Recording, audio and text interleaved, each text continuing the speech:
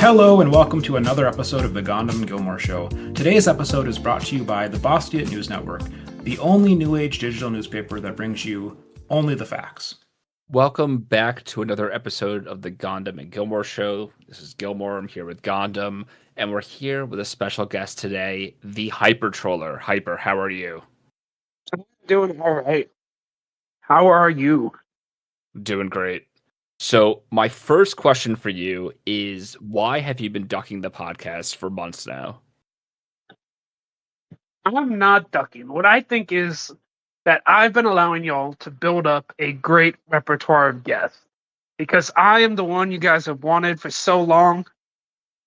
I can either make everybody's dreams come true or be a massive letdown. Okay, so you're kind of like when Obama went on the Bill Simmons show after like decades. A what show? Is that like a show for like boomers? Yeah, I think Gilmore's a boomer. Gilmore's like 47. So. Yeah. Hyper, we've been practicing on other girls, I think is what you're saying, so that's fine. I appreciate that. You're welcome. Hyper, you said that our most interesting discussion yet was our candy corn topic. Or what are your takes on candy corn? Candy corn, so good. Hell yeah.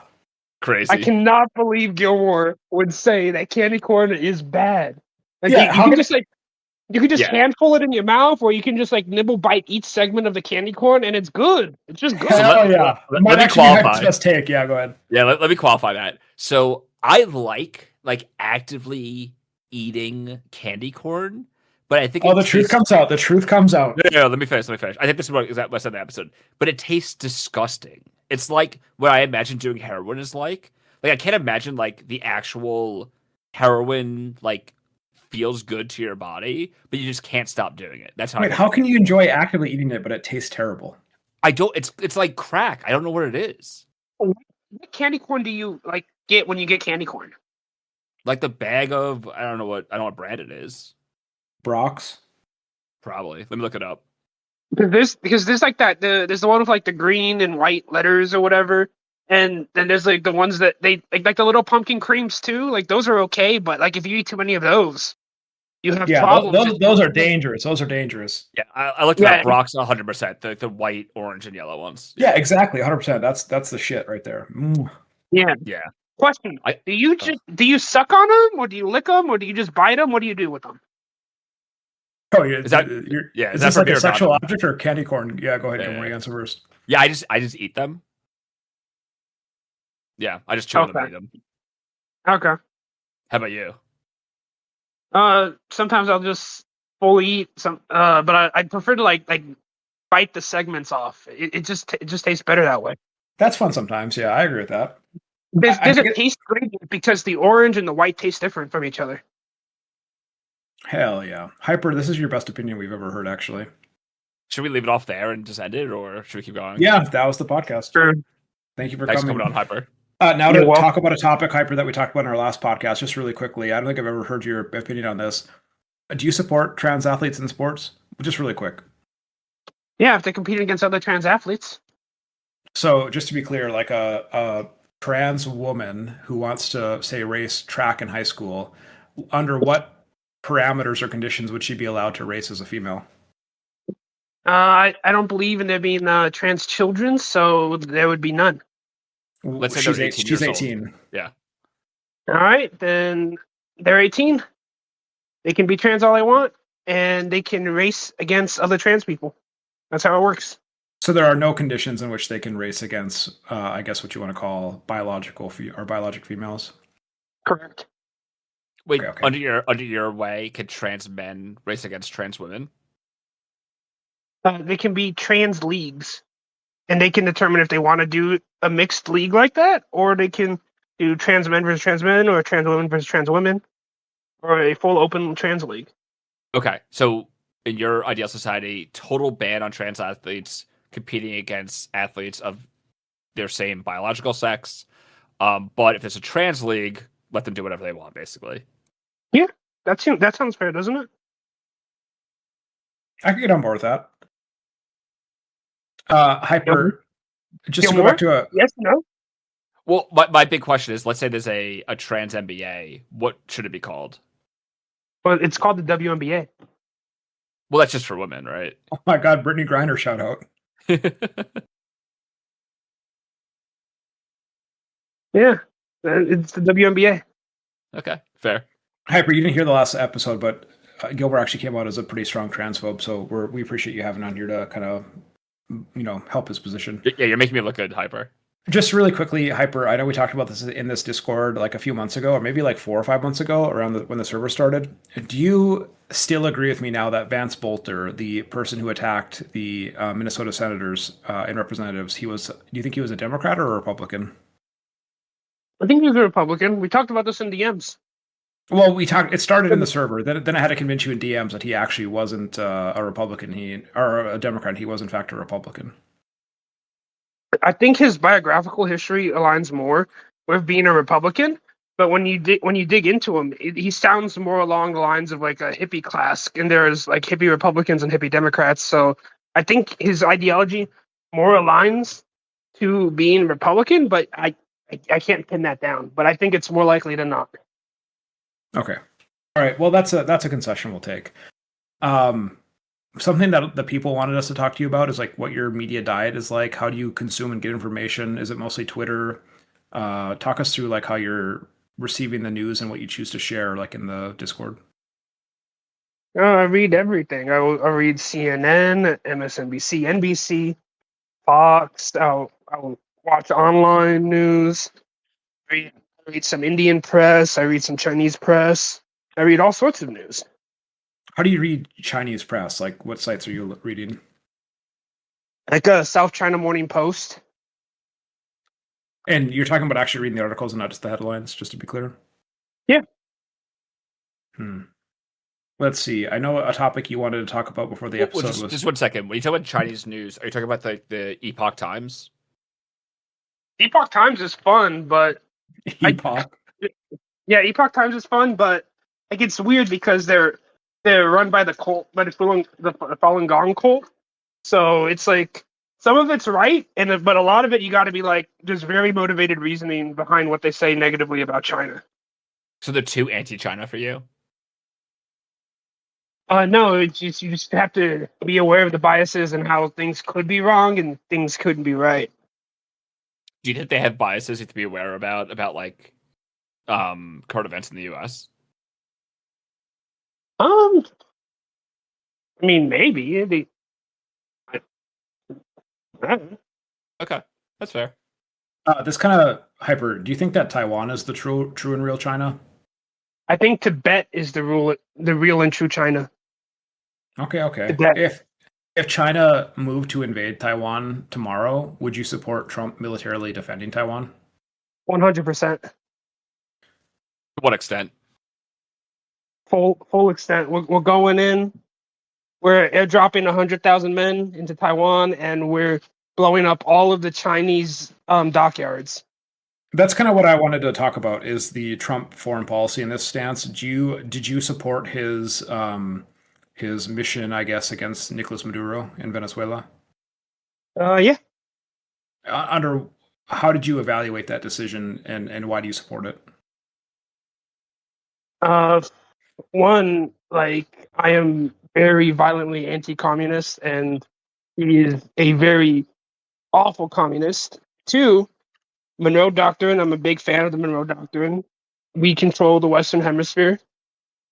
So what we say goes, and if we want to remove communist dictators, we're going to remove communist dictators.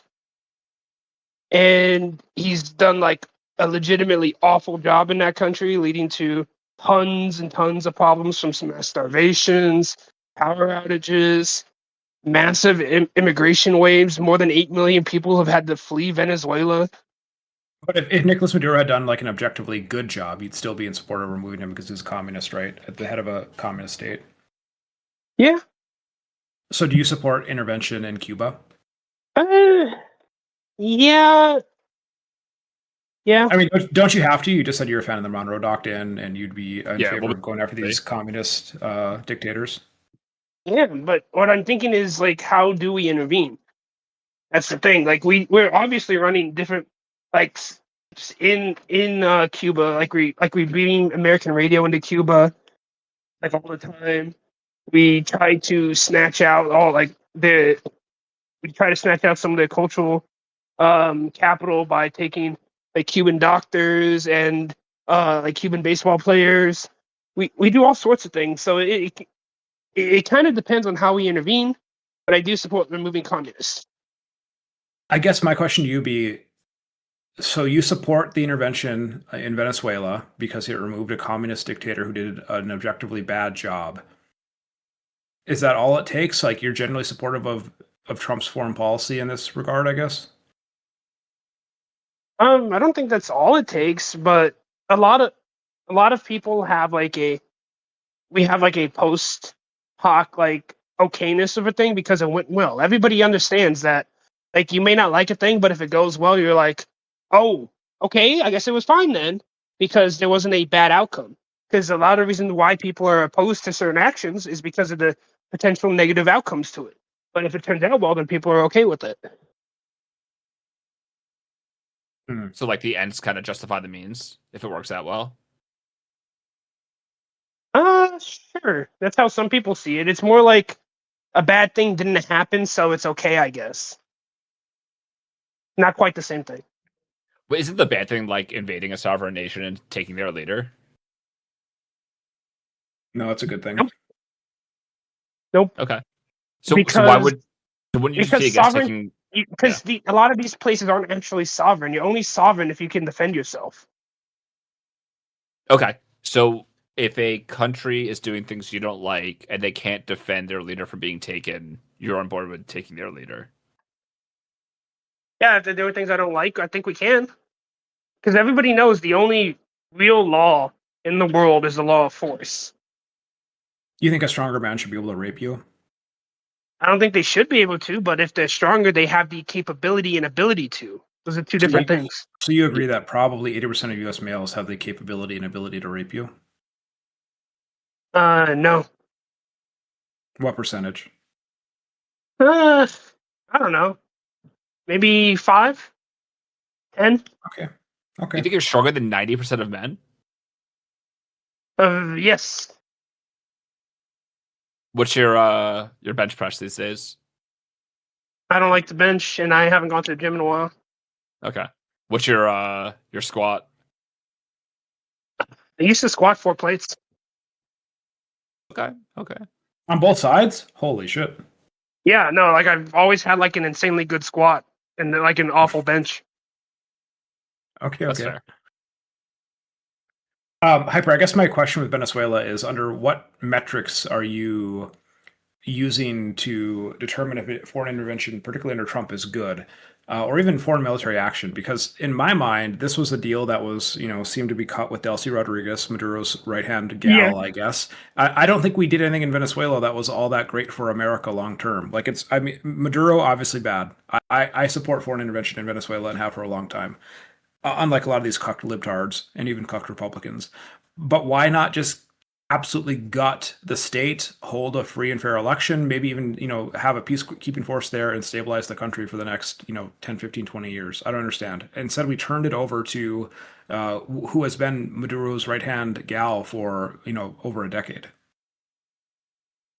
Well, mostly because we don't want a rerun of, what was it? Iraq with Saddam, right? Was Saddam Iraq? Where we kicked out everybody who was in the back. I think he was Iraq, I'm pretty sure. It could have been Afghanistan or Kuwait. I don't know. Yeah. I don't remember. I'm too young to know. It might have been Burma, actually. So do you think if we should have just kept Saddam there? Actually, I think Saddam was a balancing force in the region. But the reason why we don't do what Gohndim said in Venezuela is because of the lessons we learned when we deposed Saddam and kicked everybody in the government out. We blanket banned anybody who was part of the Ba'athist Party, and you had to be a Ba'athist Party member in order to have a seat in government. So nobody knew how to work or run or operate anything in the government that we replaced them with. It just seems like a cocked intervention. Would you support Trump militarily intervening to acquire Greenland, or as he sometimes confuses, Iceland? Yeah. Was it yes or no? Yeah, we need it. Like boots on the ground attacking Denmark's army? I don't even think we need to send our soldiers. We could send a high school JRTC club to do it. What if it came to that, though? Is the point? Like, let's say that the rest of Europe decided to deploy 10,000 troops to Greenland. Would you approve military strikes on these forces in order to capture Greenland, whatever that means? Yes. So you would be supportive of Trump striking NATO forces? Yeah. And taking their land. Yeah. Okay. If we need it for defense. Do you support further strikes in like Iran? I generally don't because of stuff we always get pinned down in desert wars. But what I see as the objective is we're trying to stress the system and collapse it, which could have higher negative externalities. But I think the way Trump handles strikes the way he handles limited military strikes is actually better than the way we've done it in the past. So it's like always one of those things like, oh, this could be very bad. If it turns out bad, then it's going to be very bad. But it hasn't turned out very bad yet. Do you disagree? I kind of zoned out, to be honest. Gilmore, do you agree? I mean, I'm a little held up on why you think it'd be a good thing to attack a NATO nation by force and take the land for the U.S. I'm not understanding why we couldn't just work with Denmark to use it as a base to avoid attacks in the future. I mean, we could. I'm just saying, you said if it came to it, then yes. If it came, what do you mean if it came to it? If it came to having to attack for it, then yes. I'm saying, let's say they don't voluntarily give us Greenland. Look, they know what the deal is. We sit in Europe to defend them, and they haven't been doing their part. But what does that have to do with the U.S. owning Greenland? We need it for several things, both economic and military defense purposes. And we've given them very generous offers to buy it, and we can't really trust Europeans when it comes to our military territory and military bases overseas. When we have things like Britain trying to turn the Chagos Isles over to Mauritania, who is basically an economic colony of China right now. Okay. So stick to the national security aspect of it. You think we need Greenland for national security of the U.S., right? Yeah. Okay. So in November 2025, the Trump administration put out the national security strategy of the United States, and there was no mention of Greenland or the Arctic. So what changed between November 2025 and the third week of January 2026 to make Greenland vital for our security defense? I don't know. Well, I don't know if I would say it's currently vital to it, but it is going to be more vital as time goes on. The reason why we want it now, and we've made overtures for Greenland several times throughout American history. We even made overtures during Trump's first term in 2019. We made overtures, and he talked about trying to get Greenland on the campaign trail, as well as before the national security assessment came out. We also talked about trying to get Greenland too. Yeah, but why was it not mentioned in the assessment, you think? I don't know. Maybe they don't want to put everything that we want out to the public. Okay. Well, it's weird to me because under the Biden presidency, in their national security strategy, they actually did mention Greenland and the Arctic, in terms of like maintaining a peaceful Arctic area. But then the Trump admin took that out. So I don't understand why over the course of 2 months it changed so much that now we vitally need Greenland for national security.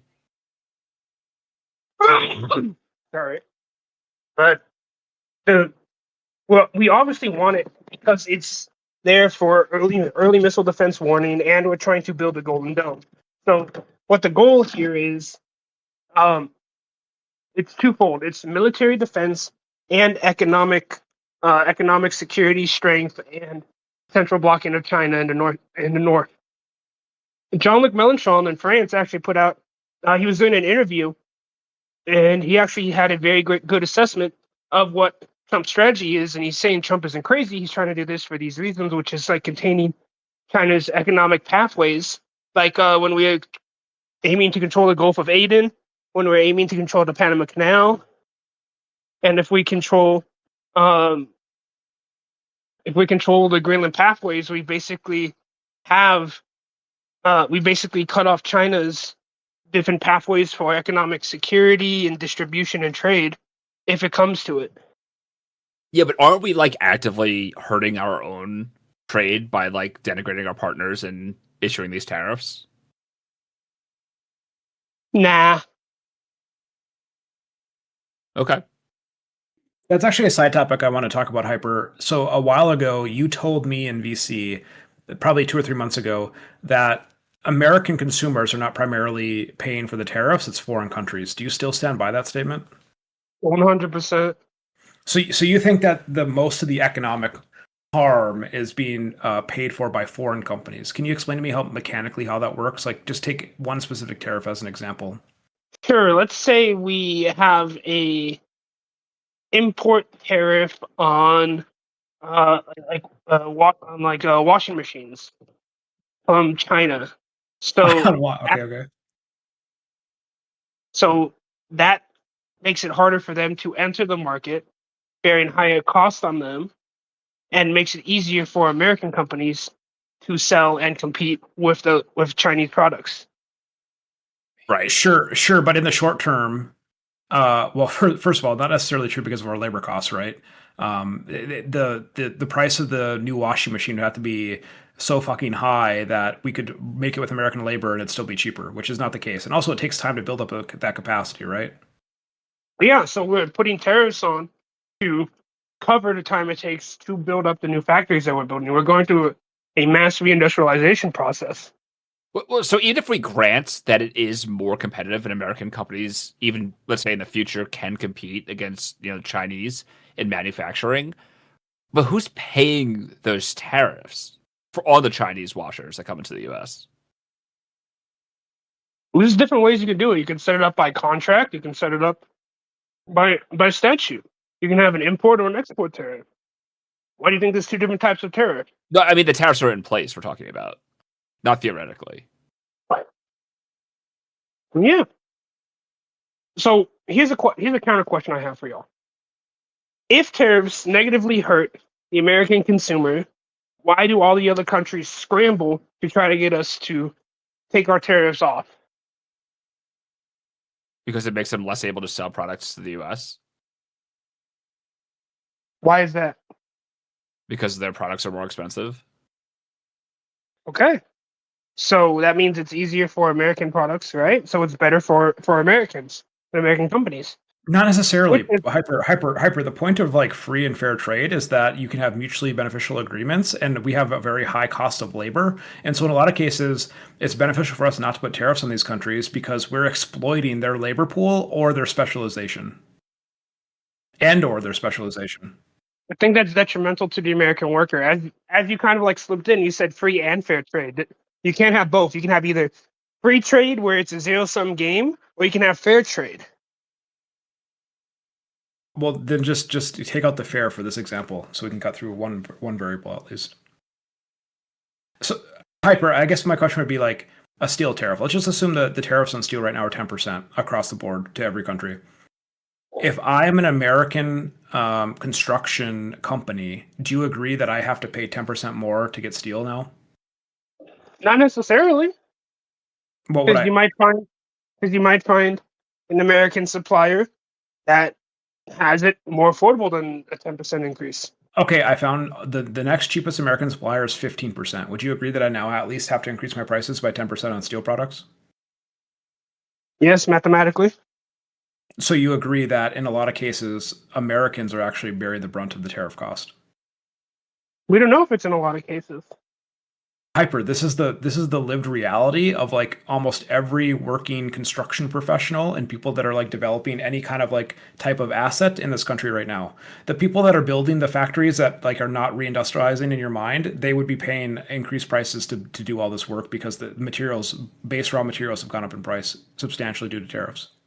So then you would agree with me by saying when we outsource all of our production to these other countries, it's detrimental to the American consumer, corporation, and worker, because now we have these other input costs to concern ourselves with. Not necessarily. I mean, what has unemployment been like since the 2008 crisis? I mean, it seems like Americans are for the most part gainfully employed. The U.S. stock market is pretty much near or at an all-time high. It seems like U.S. GDP is pretty strong. It seems like actually under the Biden administration, U.S. economic indicators were all pretty good across the board. You don't believe that because on the prior pod you talked about how Biden inflation was crushing everybody and everything underfoot. Well, I think Democrats did downplay like the impact that inflation had, but I think as we discussed with Antti, and I agree with what his statement was, is that America exited COVID stronger than most all other countries. There's maybe one or two examples if I had to think about it, but I think all things said, America had a pretty strong economy. I think that's fair and true, but I think that's a facet of being the global reserve currency, the massive producer and consumer. I think it's a facet of that rather than something else. So, what do you think were the negative impacts to the American worker under the previous system where we weren't like throwing tariffs on willy nilly? Like, what are the downsides been? Outsourcing, shutting down of factories and plants. Okay, let's just stop there. Why is that necessarily a downside? We lose jobs. We lose domestic supply chains. We lose technical skill. Wouldn't you want to lose some of those jobs though? Like I never understand the fascination of like Americans being like, I wish we had more factories in the United States so we could create like cheap plastic doodads that are currently being made in China. It doesn't make any sense to me. Well, part of it's about having a consistent supply of technical skill, and another part of it is the American people having the dignity of work. You talked earlier about. Doesn't it free up people to not have to do these shitty jobs though? Not every job is a shitty job. I didn't say every job. I know, but some people dream of working in the factory their parents worked at, working in the steel mill, becoming a master, maybe becoming a master electrician or tradesman. And when you cut down on some of these jobs and you outsource and you destroy the American supply chain, then you get rid of these things. And you have a massive detrimental effect on the American economy in the sense of you're not able to produce what you need if something were to pop off.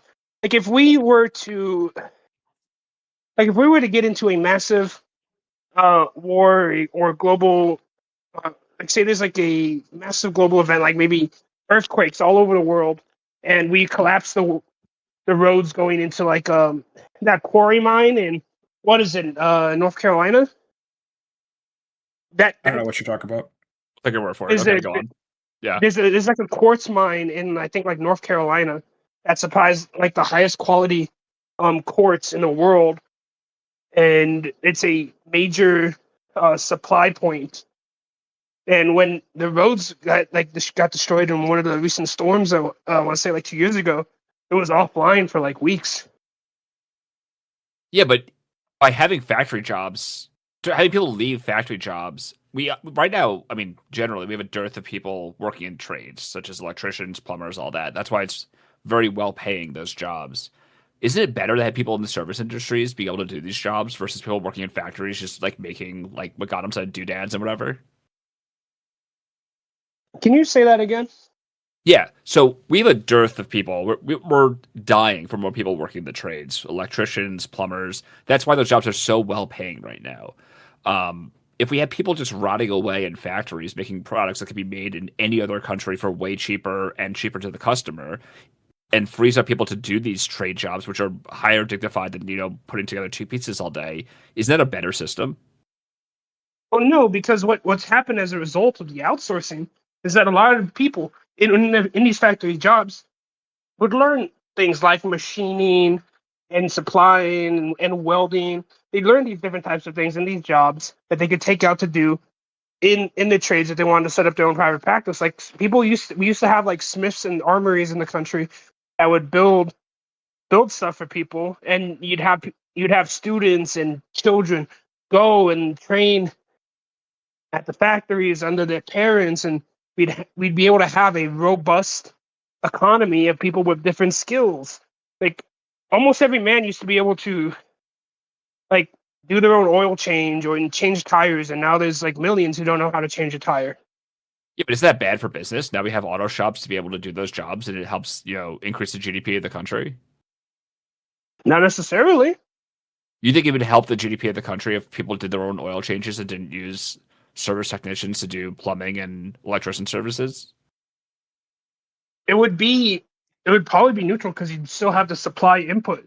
If the supplies itself would be a cost, and then all it's happening is that you're forfeiting Destroying your the labor from service industry? You're forfeiting your labor for somebody else's labor. Well, you're just destroying the whole service industry, right? Really? Because it'd still be services for people who don't know how. Not everybody knew how to like wire their own house, so they'd have somebody who knew how to do that come in. And we Right, don't but- have people who know how to do that now. That's why why electricians are paid so much. Right, but you're saying that's a bad thing.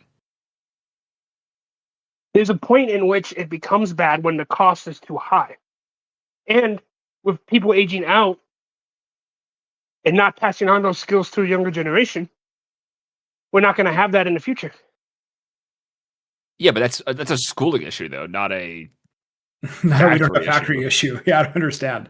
Like Hyper, I don't understand how someone can have the position that people are like longing to work in the factories because it's some sense of like connection to your father and like this sense of like what'd you say, sense of belonging or something.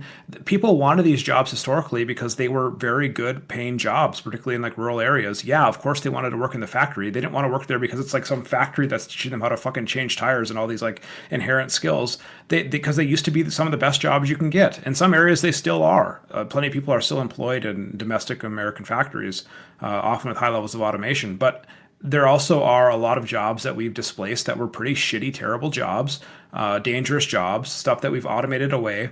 And certainly there's some growing pains as these people have to, relearn a different skill or, sometimes they're long-term unemployed. But I think for the benefit of America, it's been good overall. There's a certain equilibrium that needs to be met, and we're on a negative side of the equilibrium curve. Equilibrium of what?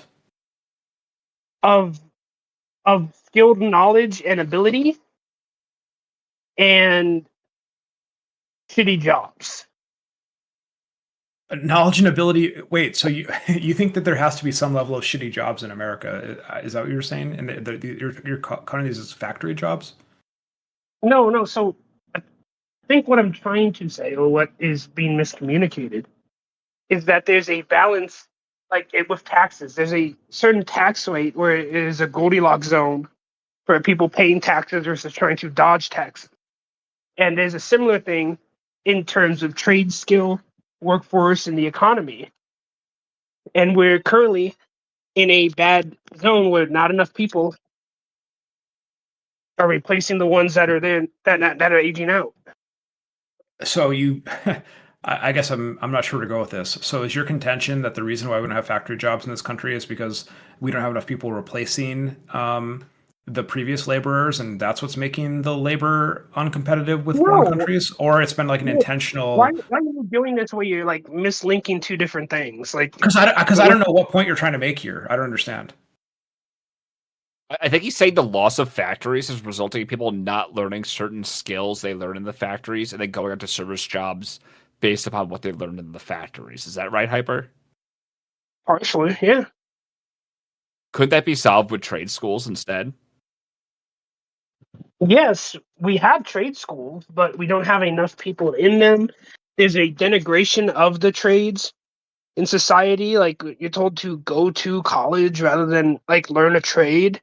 Yeah, I totally agree with that. I think that's a bad thing. Like, you guys would totally rail against how everybody goes to college and then picks up the underwater basket weaving degree or a degree in protest studies. Yeah, I think that like 40% to people be a that go to petroleum college. engineer.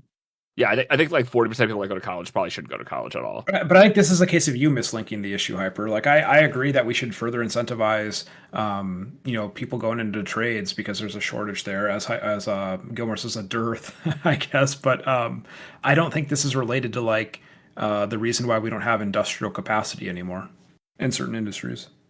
No, we don't have the industrial capacity anymore. Is because we shut down the factories.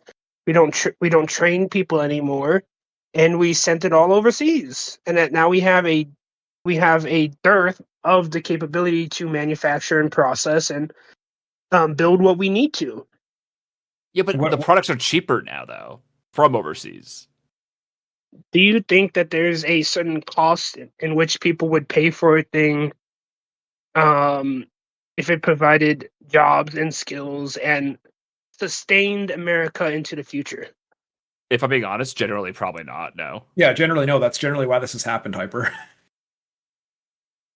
Yeah, I mean, I disagree. I disagree wholeheartedly. I think people would pay $5 more or $100 more for a made in America car than they would for a made in China car.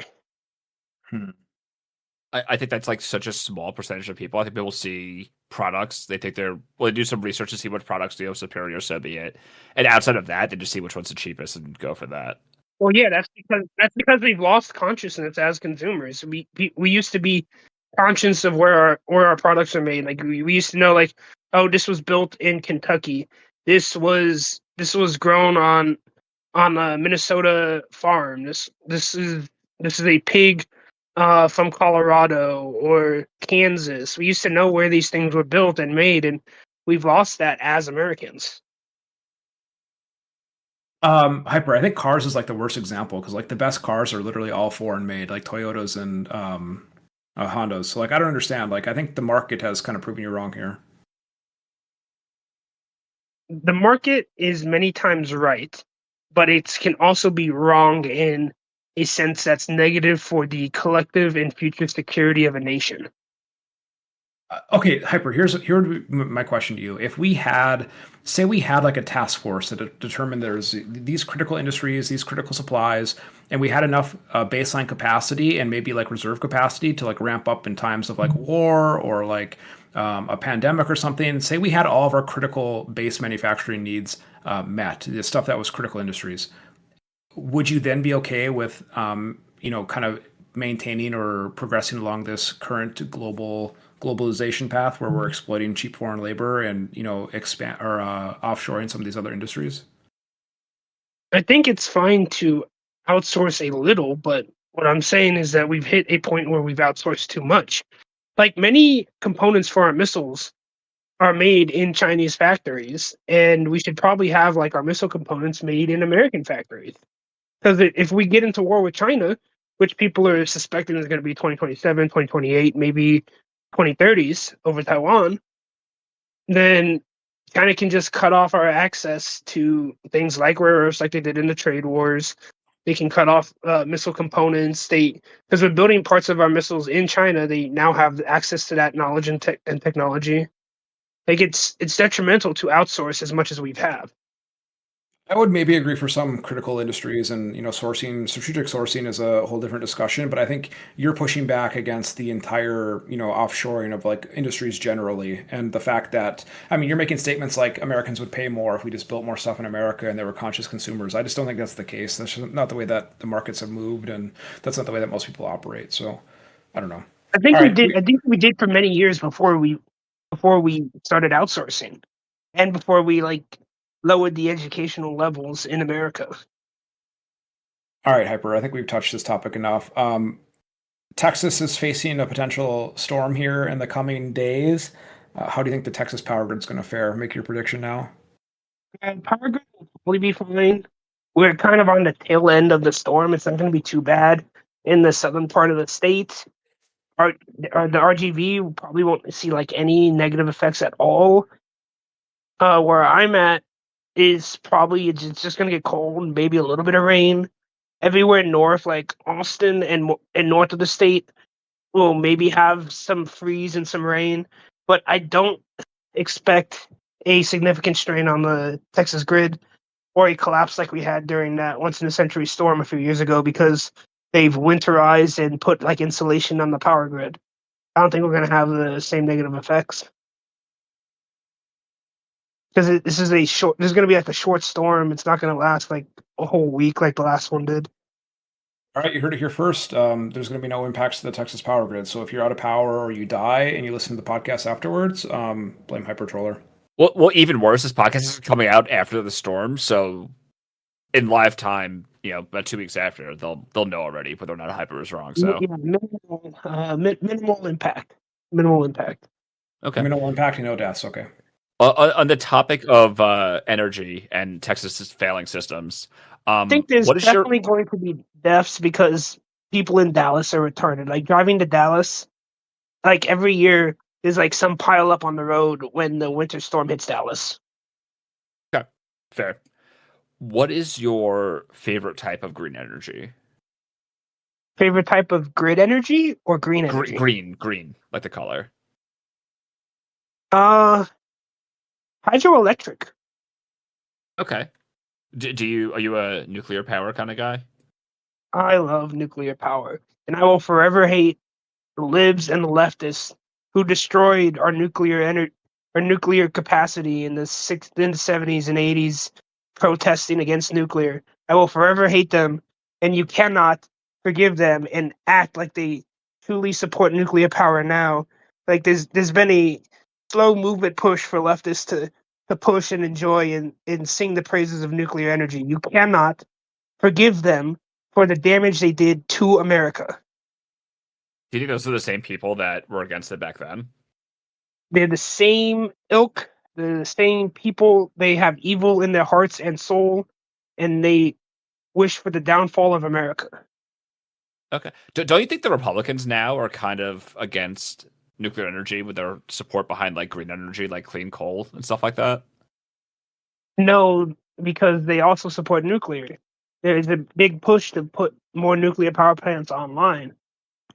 Uh, who is it? Lee Zeldin is like pushing permits through, and I believe they said we're gonna have, or we're gonna try to start having a new plant that fires in 27 or 28. And we'll have a new nuclear plant for like the first time in like 30 years go up in America. In New York? I don't think it's New York. I don't know Isn't where Liz the building is. Zeldin a New York representative? He was. He's now the energy secretary, I believe. Oh, that's true. Okay. So I guess we'll see. Yeah, there's a big push to renuclearize, and I think we're like behind the times on it. But if we can do it, I think every state. Personally, I think every state should have like 2 nuclear plants to provide like massive energies to the grid and reduce costs for Americans. So like spending like trillions of dollars within the next, decade to build all those 100 and so nuclear plants. I think the construction cost is ballooned, and I don't think it should cost trillions of dollars. I was looking at what it costs to build. What is it? The Shinkansen 9 in Japan, which is the largest nuclear plant in the world. Let me look up what the costs are. The cost of it is. Yeah, so it's looking here that like the cheapest recent one was like $21 billion.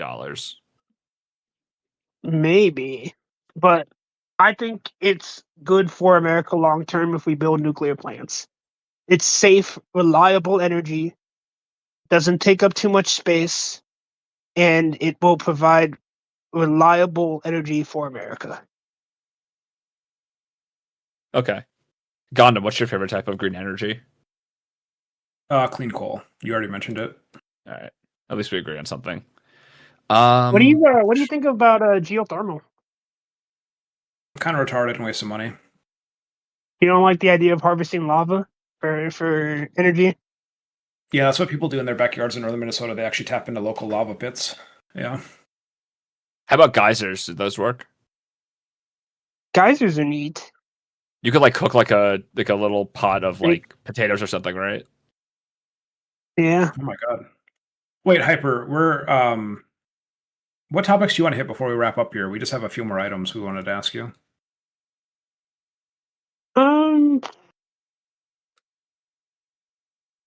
I heard you on a prior pod talk about like how awful like Tony Evers and like Tim Walz are for your all Great Lakes states up there in the Midwest.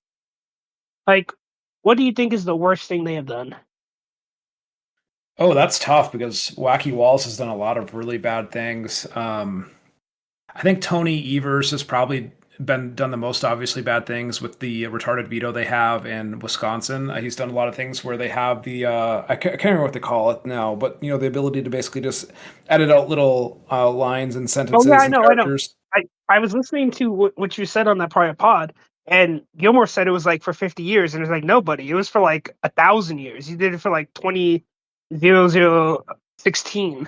Just to clarify the record, I definitely never said that because I never heard of it until Gohndim mentioned it in the podcast. But... Yeah, so Tony Evers has done a lot of bad things like that. But to be fair, Scott Walker did before him. So I guess, but Evers is just a cretin, I guess. What is the worst thing Walls has done?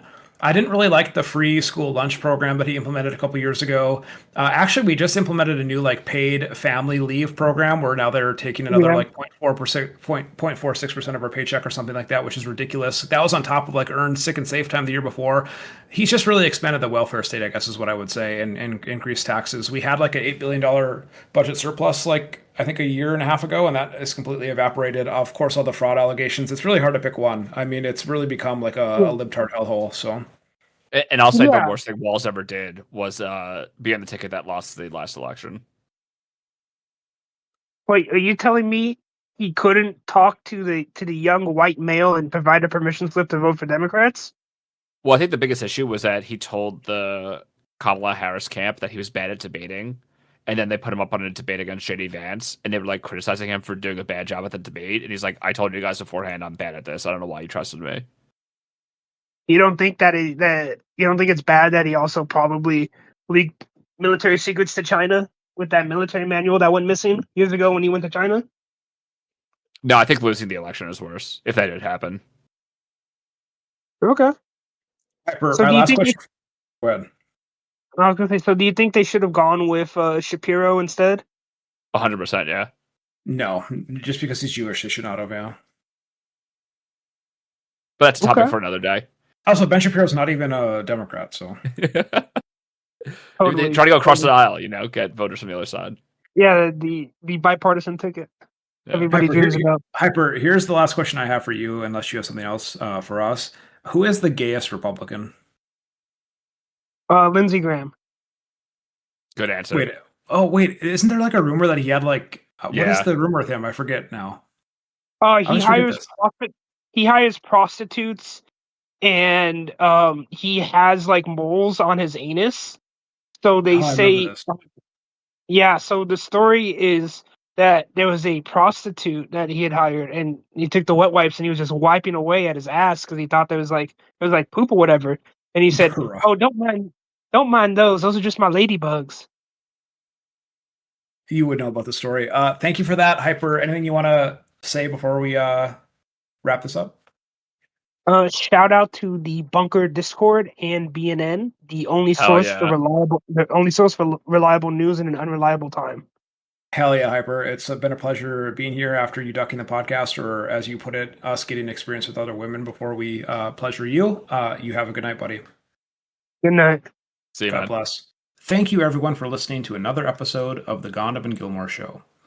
Check the links in the show description to see where you can find us. Join our Discord to interact with us and submit questions for the next show. As always, your support is much appreciated. Until next time, adios. Bye-bye.